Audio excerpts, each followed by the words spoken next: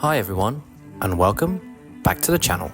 This video is a little different from my previous ones. It's essentially an edited recording of a coach lesson I had over in Regent's Park in London, hence the lovely greenery in the background. This is my second lesson with Coach Aaron, and as you will see, in this one we focus purely on my backhand. For context, I grew up hitting a double-hander, but a few years back I went completely rogue after watching some Roger Federer backhand compilations and decided to go one-handed. I've since woken up from my delusions of grandeur and reverted back. Hand, get it?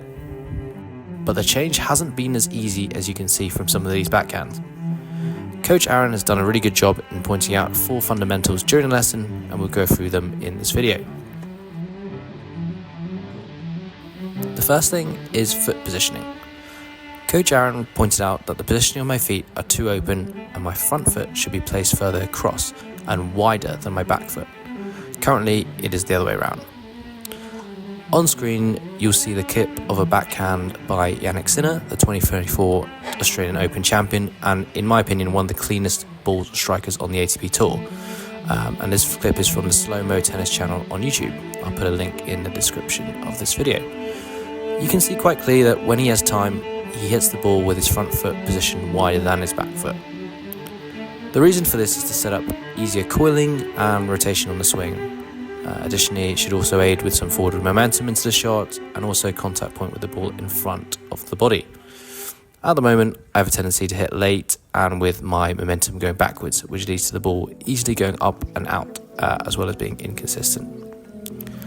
So you can see here, I'm trying to imitate that movement and the swing, but I'm so used to hitting it in a semi-open stance, like with my forehand, that it does feel quite unnatural, but we do practice it some more. The next thing we worked on together with the feet positioning was head movement. Just trying to keep my head still whilst hitting the ball and avoid lifting it up, which would in turn lift the rest of my body and arms up too, and then therefore the ball. I've noticed from these clips as well is that my racket head does not lower beyond the contact point during the swing, and therefore it ends up being almost similar to a lateral or horizontal baseball swing.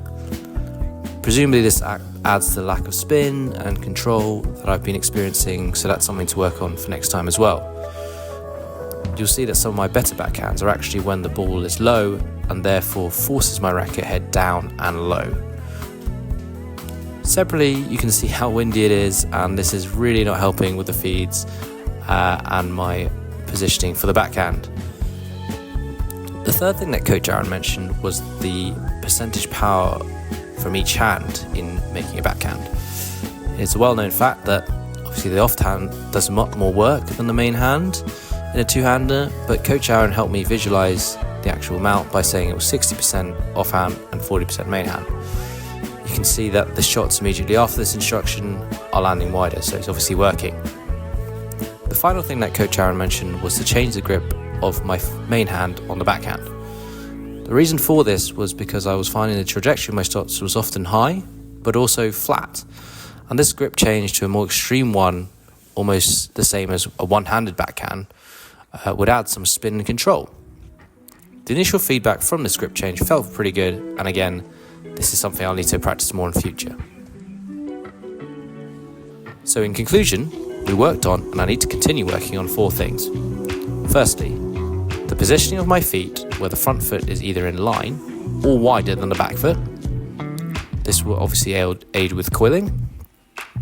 Secondly, keeping my head still before and on contact with the ball to avoid pulling my body and the shot up.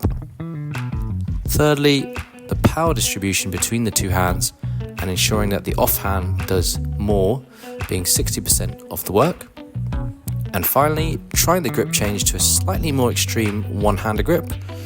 This coupled with the lowering of my racket head during the swing should hopefully add some control and spin. That's all for now, but if you enjoy the video, please consider subscribing and giving this video a like. Thanks again, and see you in the next one.